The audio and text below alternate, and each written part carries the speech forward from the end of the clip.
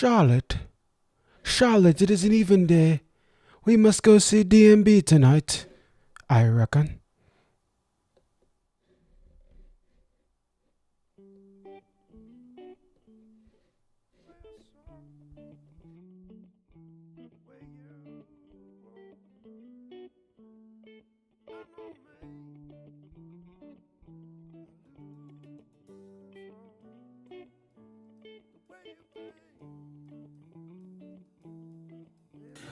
Noswaith da, Marcus, good evening from Wales. Thanks for having me on the show. It is an honour, sir. I realise that my credentials are a bit sketchy, but given the fact that Dave is playing in London next week and I'm British and I do love Dave Matthews Band, there is a limited window of opportunity for me to be on your show. I'm going to take it.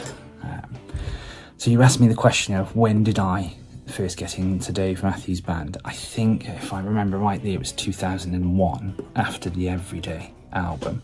Dave played a Saturday morning television show called CD UK, and he played The Space Between acoustically. That was the song that connected me. That was the song that made me fall in love with this band. And the 20 plus years since, this band has soundtracked the happy times and the sad times. This band has been the constant, and I can't wait to sing and dance in the next 5 shows that I'm doing. So the band coming back across to Europe is always huge. It's always special when they hop on the plane and come across the pond. For me, I'm just grateful that I get the opportunity to see them again, to sing those songs, to dance to those songs. Since they were last here, 2019, the world has gone through a mad time. It's still crazy to have the opportunity for them to be back and play some great sets, which they've done in Europe so far, is just going to be exciting. It's going to be incredible, and I cannot wait to see them. What do I hope they play? Well, Dreaming Tree, American Baby intro, Busted Stuff would be cool. We've not had a Spoon or a 27 yet. That would be insane. I'm also really looking forward to the Walk Around the Moon songs. I know that they've been played a lot on tours recently. Some people like it, some people don't. I like the album. Madman's Eyes, I'd love to hear that live. Walk Around the Moon, The Only Thing, Monsters, Vain, It Could Happen. I think it's just, whatever they play, it's going to be a great show. They've packed already a lot of great songs and brought them across the pond. Whatever they play, I'll be excited for. And it's going to be a great show. Unless it's 20 satellites. So do I have any tips for people travelling to London? No. If you're travelling from the United Kingdom to London, you'll know how expensive it is by train. The Royal Albert Hall is an iconic venue. Any Americans that are travelling, that's watching this, you are going to get a great show. You are probably ever going to see a show like this again, unless you come back to London and see a show in the Royal Albert Hall. But just be respectful. Know that this is special. We don't get to see tour after tour every summer. This is something that is quite unique for us UK, Europe fans. Eat, drink and be merry, but don't be a dick. So any final thoughts? I think we're going to get an amazing show. I think that those 2 nights in London are going to be incredibly special.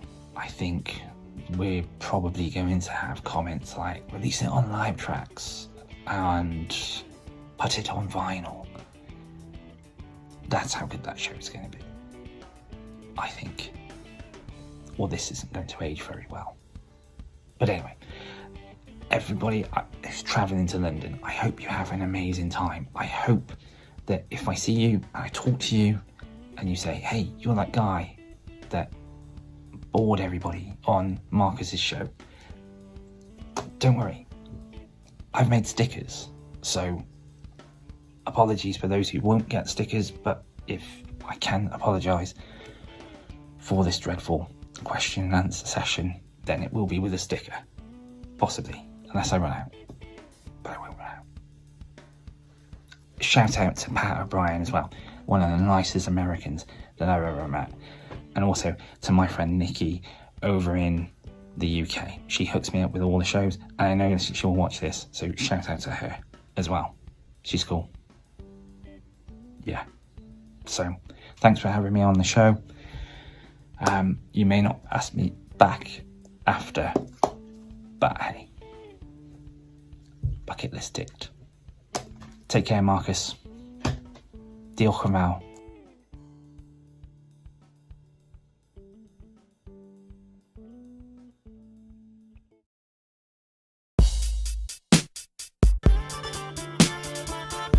It's your boy Concert Viz 34 back at home. What up, what up? It's your boy Concert Viz 34. Yep, so your boy Concert Viz 34 coming to you here. What up, what up? It's your boy Concert Viz 34. Thank you.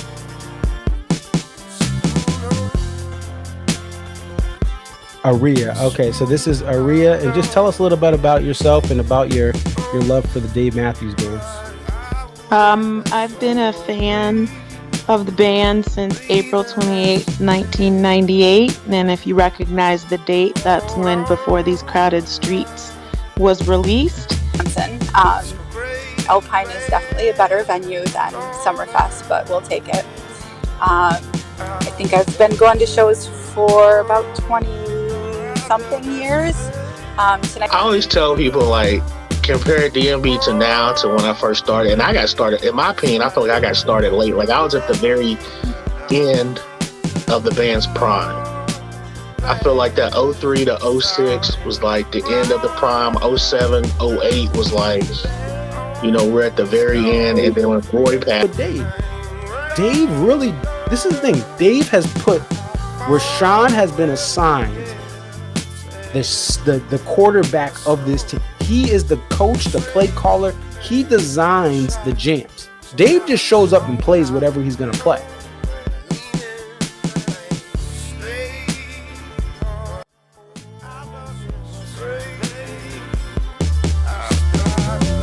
London Town, what up?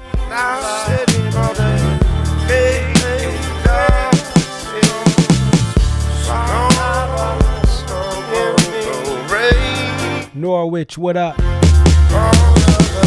Chelmsford, what up? North London, home of the Gunners, what up?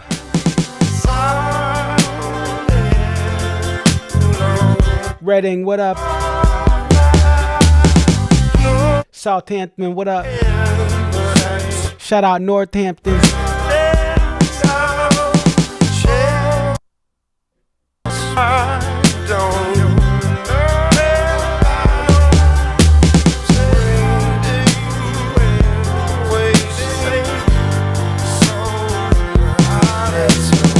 Wembley, what up?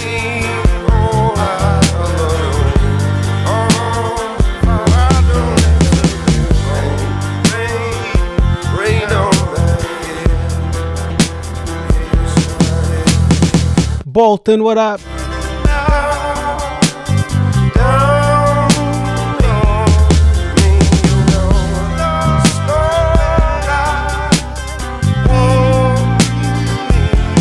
Portsmouth, what up?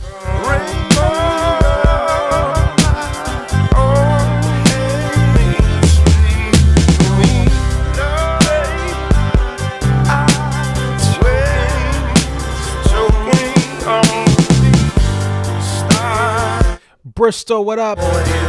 Newport, what up?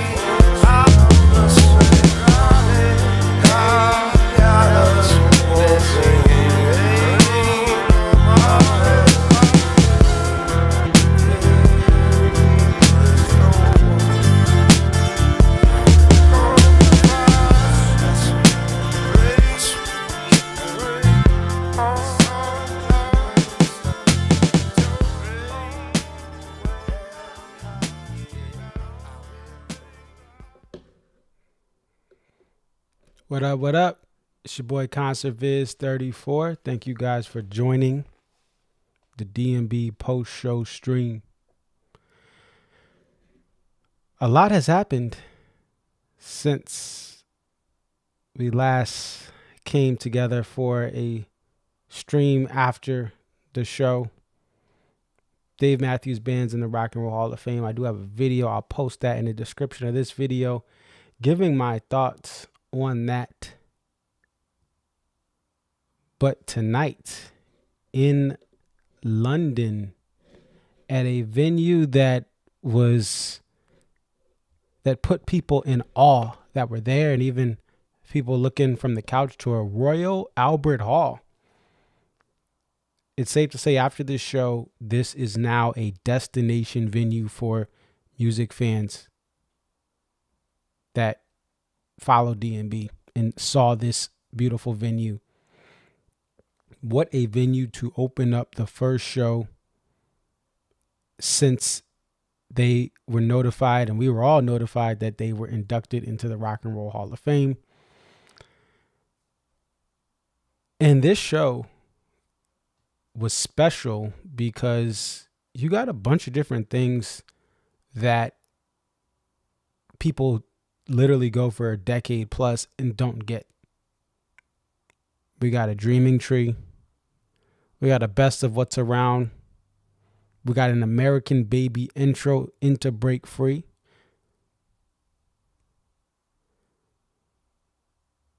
You could leave this show after Break Free and still you got something that many fans in June of 2023 wish they had. You have a show that in the last decade, to get all of these songs in the same show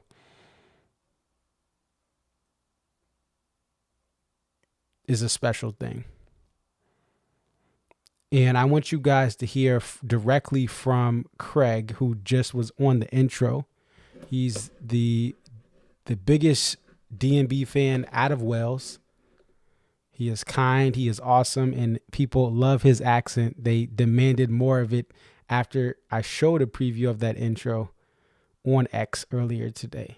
So we're going to go straight to Craig. He sent me another video. And by the way, if you're in Europe for the remainder of this tour and have the ability to send a 1-minute video, a 3-minute video, a 5-minute video, a 10-minute video, given internet connection speeds and time zone changes, the best way to get your voice heard is to send me a video clip, an audio clip, or a written review.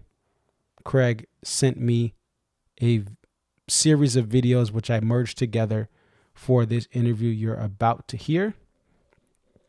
So, without further ado, I'm going to go ahead and let Craig speak about his awesome experience at this show.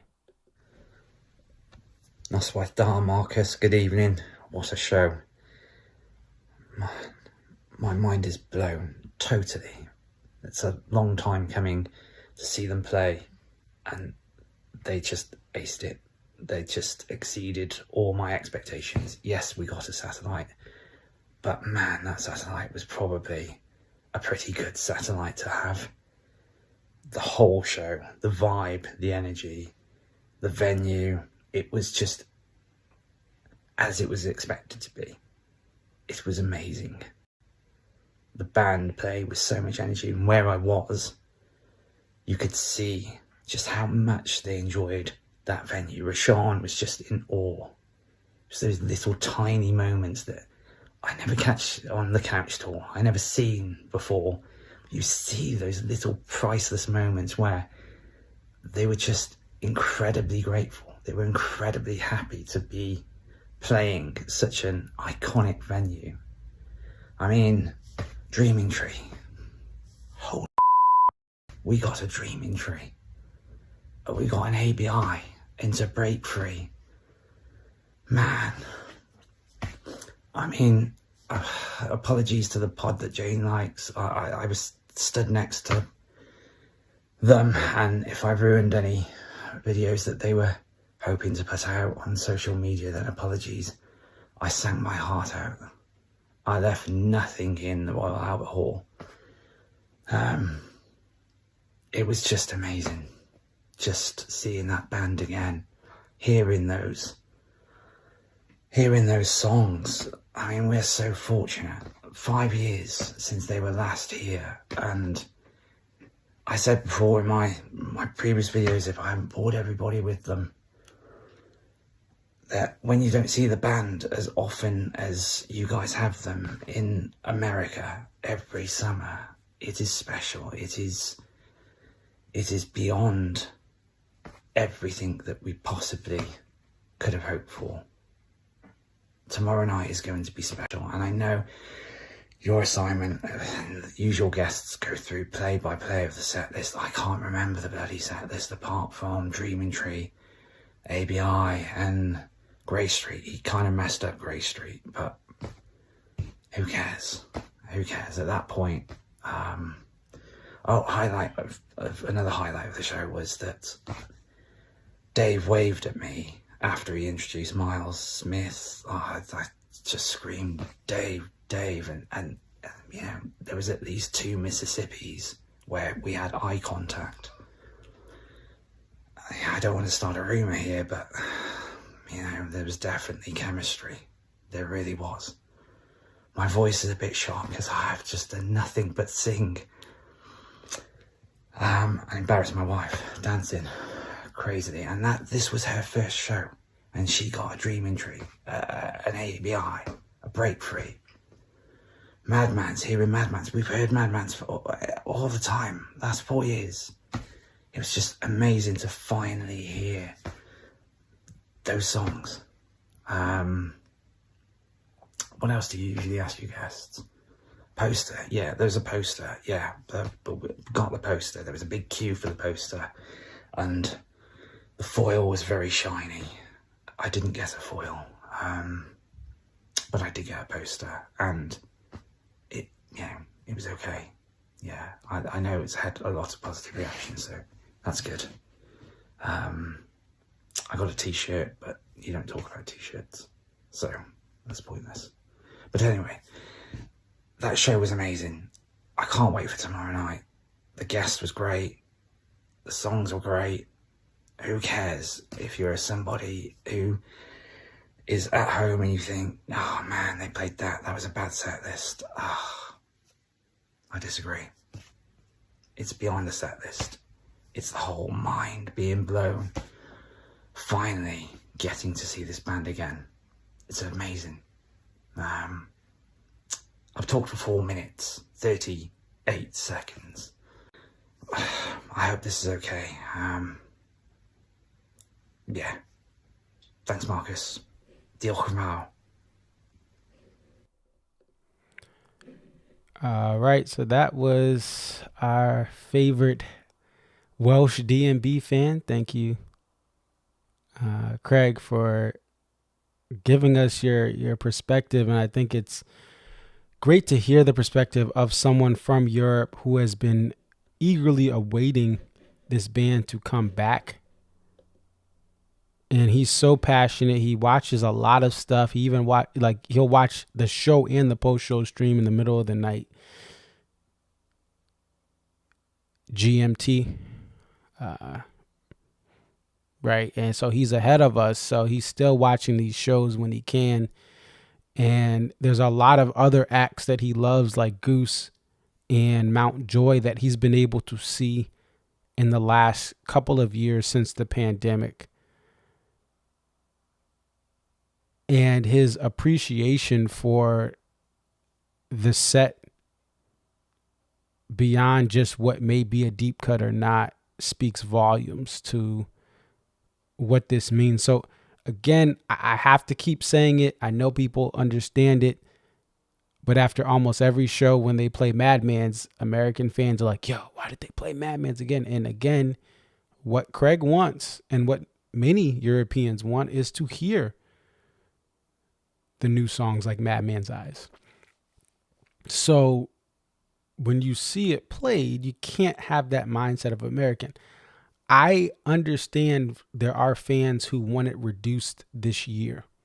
it still is probably going to be played in high volume.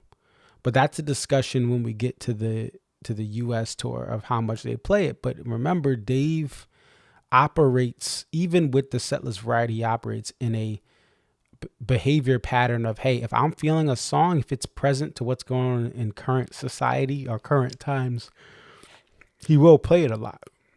So don't be shocked if it's still there, but that's neither here nor there. The point is, Craig and the other European fans want these walk around the moon songs.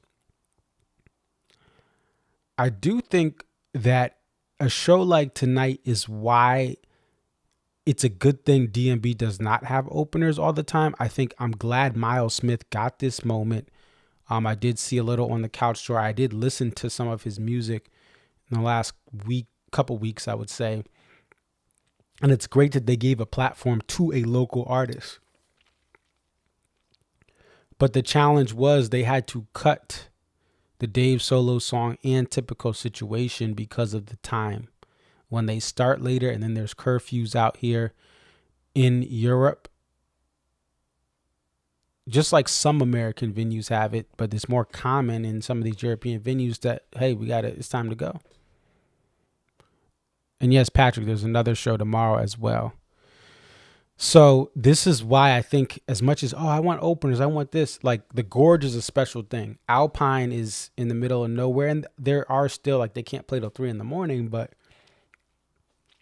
they do have the ability to get their full set in.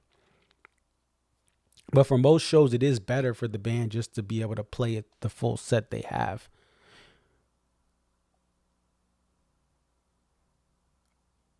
Also,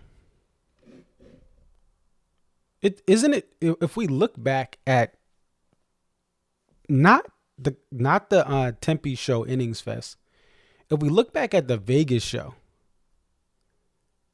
look at the Vegas show and then look at tonight's show, and what do you notice? I want to see if anyone in the comments can tell the difference between tonight's show and the Vegas show. See if anyone knows what's the difference between tonight and Vegas, and we'll go to Vegas here. Let's pull up Vegas.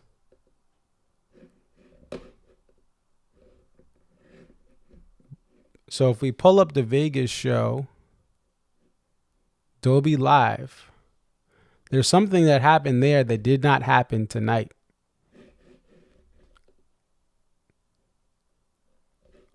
And what it is there were 4 covers.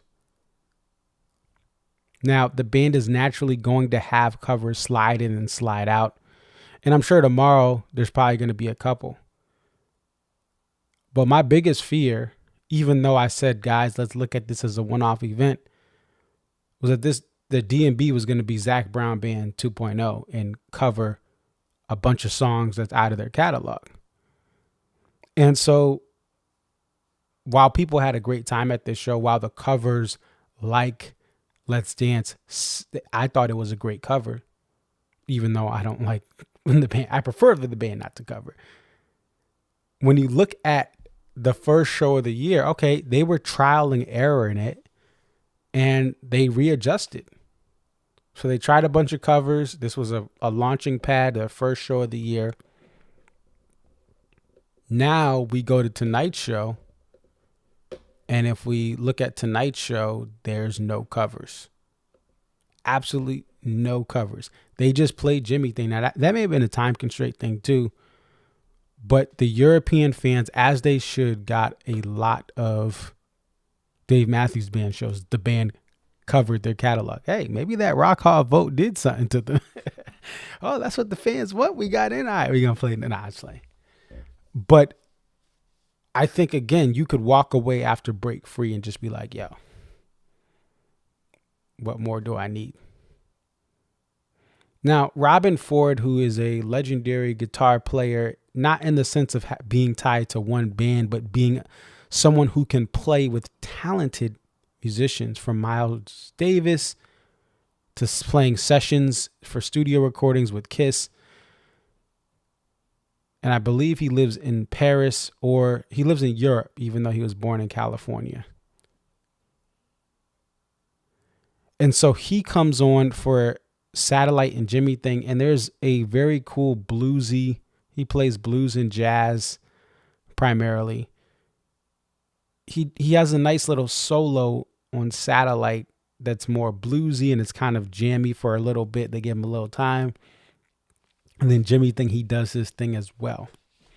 So great to see a guest come on. Now, what I will say, the one point of, hey, this is just my feedback. The band doesn't need to listen to me because who am I, right? I still believe, take away the songs in this set list because this is a phenomenal set list. I think that the band has challenges selecting the right songs for electric guitar players. And you could put some of that in what they did with Bela. I think they struggle greatly with finding a song. Some of that may be just limited time. But when I look at the MSG show, now Captain was great with Mark Whitfield. That's an exception to the rule. Although Clay Cook, Lion Our Graves was good. But when I look at Corey Wong, they didn't play the right songs for Corey. As far as Corey was not able to shine. I felt the same way with Bela at SPAC with playing Spaceman, although he did his thing. Spaceman and Don't Drink the Water weren't the best songs to put Bela on, but Bela also likes to be challenged. But Jimmy Thing, Satellite and Jimmy Thing are not the best songs for an electric guitarist to be played on, but because of the talent of Robin Ford, he really found a way to make a solo in Satellite that was bluesy and slightly different than Tim, and that's what's important. Tim Reynolds is amazing, but when you have a soloist, you want them to do their own thing. You don't want them to be Tim adjacent or Tim like a carbon copy of Tim, and that's what's great about some of the players they bring on. But I thought Jimmy Thing and Satellite are probably two songs you shouldn't put a guest on. But again, we don't know. Maybe, the set list does have that he was supposed to be on those, and maybe that's just the songs they wanted to do, or they found a groove with those. But my one piece of feedback would be, let's find some better songs for electric guitarists and even banjo, or even if they have another acoustic guitar or a clean electric like Mark Whitfield, a Stanley Jordan, some of his unique guitar, mandolin style guitars. Pick a better set of songs. Let's look at the poster. Now, I'll say this with Mazza. I'm not typically a fan of his art, but I understand he is very popular with a group of people who search for certain styles of posters that he does. So Jim Mazza made the poster tonight, but I typically would not buy a Jim Mazza poster. But tonight's poster is an exception. We have Mary popping her collar, Mary Poppins. And let's take a look here. Boom. There it is. I thought this was a great poster. And it sold quick on the warehouse as well. They sold it for $60. In Europe, they were selling posters for €40, which gets you close, just under $50, depending on the exchange rate at the time you exchange your currency. But this one, they're like, yo, we know this lit. We're going to sell it for $60. And there you have a poster that I thought did a great job of understanding the assignment, coming off of Italy that had the same poster for 2 nights. So this is fresh. This is new. This is welcomed. Unique framing size there, so you got to pay a little more for that frame if you got it.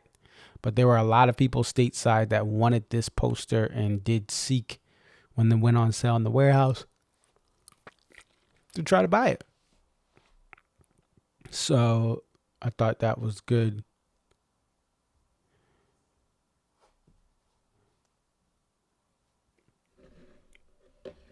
But I think this tour has been phenomenal. I think this tour has been phenomenal, and this was just yet another show. An American Baby intro.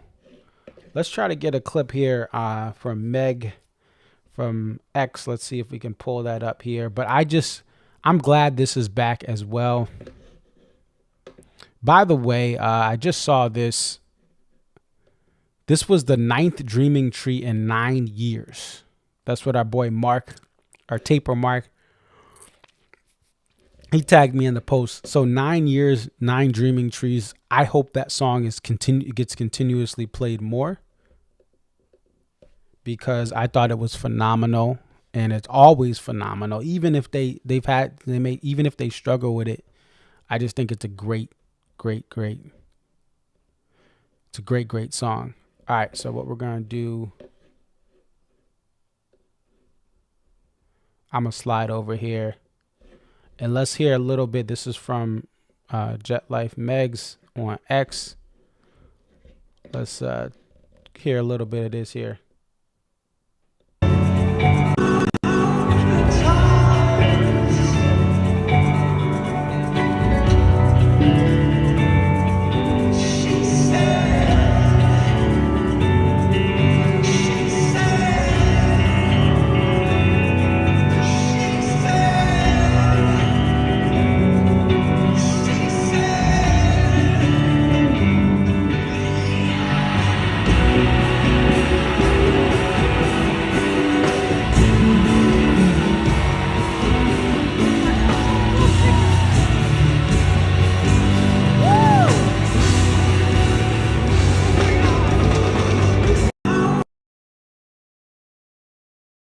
So yeah, that was powerful, and I saw it on the Couch tour. That's as soon as I saw that baritone guitar come out, and then they went to Buddy's piano, I had a feeling.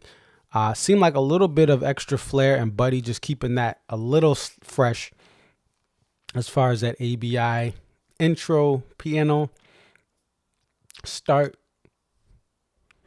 And I welcome that song. I think it should continue to be played. I'm glad that it's still around for this this European tour, which I would think it's going to continue through for the US summer tour.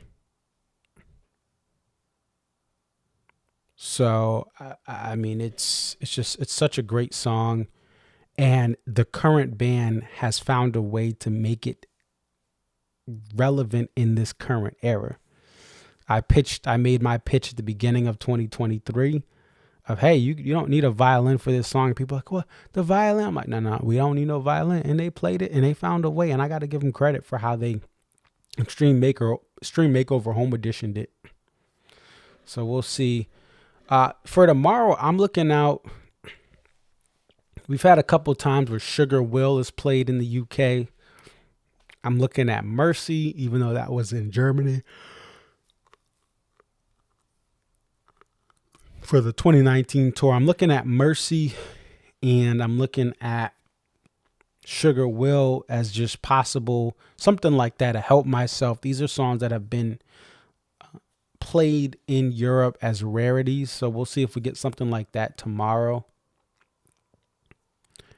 And minimal repeats again, only 3 repeats from the previous show in Florence. I like this.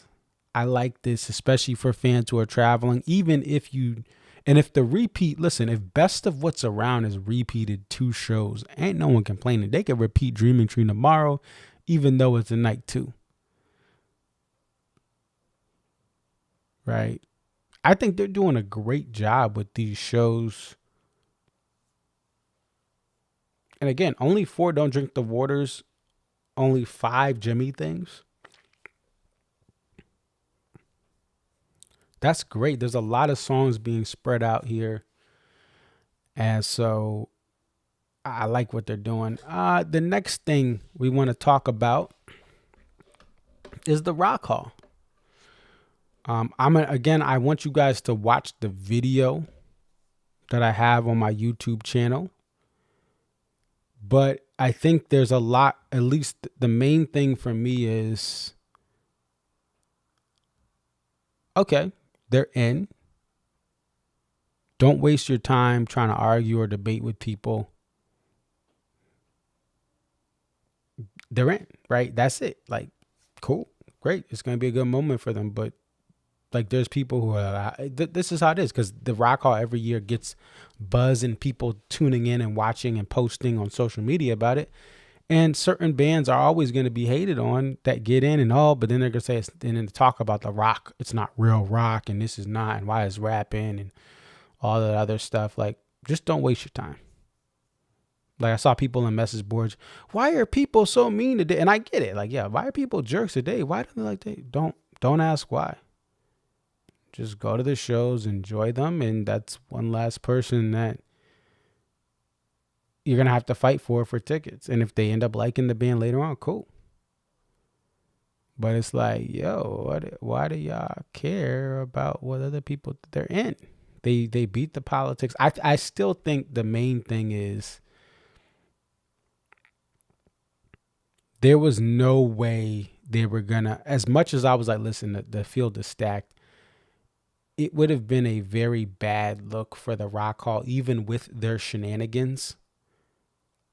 Like, why hasn't Fish been looked at? Just because of just because they have a subculture of loyalty and fans that literally just took over the sphere this weekend. Like, obviously you could look at stuff like that, but Fish has never even had it. They didn't win a fan vote. DMB has the commercial success and has the cult like following. And that's kind of like lesser known in the mainstream now. The relevance wore off as far as their mainstream everyday people knowing DMB or knowing their friends going to DMB shows. There's other bands that have more relevance. But DMB having that fan vote, this, 30 years, they're over 30 years after they started to get their come up. Under the Table and Dreaming is about to hit 30 years. And that's a landmark year for them, 94, just because of how they were able to then have radio play and What Would You Say? And it was the beginning of their popular music chart takeover. But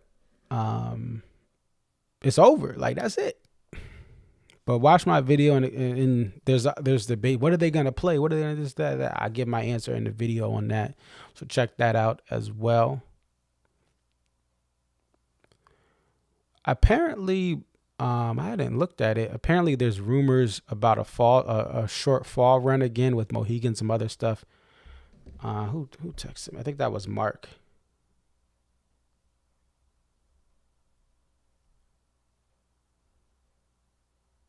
Let's see.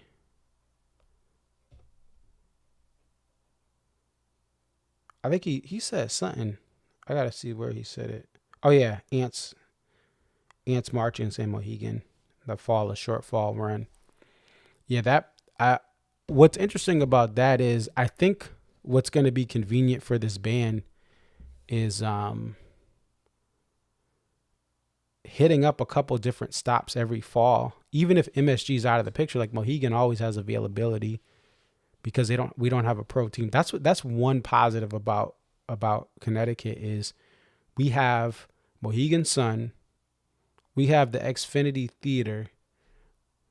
Those are two venues. Bruce Springsteen just did Mohegan a couple weeks ago.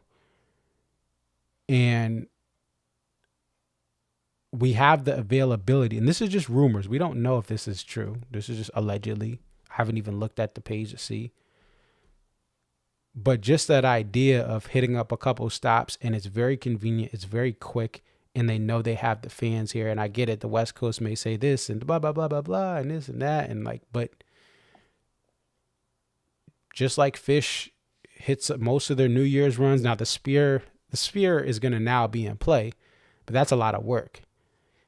But Fish coming to New York, having a festival in Dover, Delaware. I just drove by the Dover, is it International Speedway, as I do almost every year, where they're going to have that Fish festival. The East Coast is just convenient. There's there's still, the West Coast, you have cities, and then there's a lot of gaps between the cities. We even look at Salt Lake City getting an NHL team. Like, Salt Lake City's there, but out, you got to drive 4, 5, 6 hours to the next city. I remember I was going to relocate to Salt Lake City for a job. And at the time, it wasn't like, I was like looking at that. I was like, I'm this far from Denver. I'm this far. And it's not listen, J-Bo's out there. Shout out to J-Bo. I was like, nah, this is too far from everything for me personally. Like, it's different if I'm in Phoenix or if I'm in Vegas or if I'm in LA, although I don't think I'd ever want to live in California. No offense to the Cali, but yeah. Anyway, let's neither here nor there, but visit maybe, but I don't live, not right now. If you don't make like over 150,000, you're in poverty. In California, man, I can't listen. I'm not about that life. Anyway, but so we'll see what happens if there is another run for the fall. But I mean, listen, if you live out west, the Gorge is the best bang for your buck. You may have to still take a flight from Southern California or Arizona to get up there, but the Gorge is very convenient for you guys. And really, you go one weekend and you pretty much get a tour recap. But it is what it is. The West Coast is interesting because Denver has much more commerce and shows. It keeps growing. And Fiddlers being there, Red Rocks. But past Denver, it's hit or miss with, at least specifically for live music and especially for jam bands and even other popular music. They're not all going to California and Seattle. I mean, Pearl Jam's playing their first Seattle show this year in a long time. I mean, they even went to Phoenix last year before they went there. So it's just that it is what it is where you live. Although I'll say the West Coast just has such a cool laid back vibe the times I've visited. So you have that where the East Coast, listen, people can't drive. It's stressful. We have horrible roads, and even traveling like through New Jersey and New York City is stressful. Boston is a stressful city to drive in. So there's trade-offs. All right. I think that's it. We'll come back tomorrow. If again, anyone wants to come on, let me know. I am really loving what this band is doing. Not for me, not for you if you're in the States, but for the European fans. And Craig shared with us exactly what this means to him. So let me go ahead. I'm going to get up. I'm going to try to arrange this so that I'm going to give you guys a little bit of the Stone. I have to credit Ainsley Snap, and I'm sorry if I'm pronouncing the name wrong, and Mike Nero. They have been nailing down so much of the recent tour stops, natively recording without live streaming. And the live streams are important too. I think it's important to have those live streams from fans because then at least you can get a vibe of the show. But after that, those videos are hit or miss as far as quality. But when you look at the PMP two-step, by the way, if anyone has any additional videos from that PMP two-step in Florence, let me know. I'm trying to see about a possibility of making something with that. I do have Ainsley and Mike's videos saved and kind of pre-cut a little bit where I have camera cuts. But if anyone, especially if you were further back, let me know. Message me for Florence PMP Euro two-step. But I think again, if you're interested in recording, the Couch Store they have it down pack as far as their recorders and their live streamers. But if you're like, hey, I want to kind of contribute to the community, I would say record, don't live stream, because they have a nice team. I don't know how they get. Listen, they got this. They're like the Dan Hurley coaches, and gets all his players thing. The Couch Tour got all these people ready to go. But if you're looking to add in, even if it's for 30 seconds, 45 seconds, record natively, because what you see with these videos, let's go ahead, like what Ainsley has right here.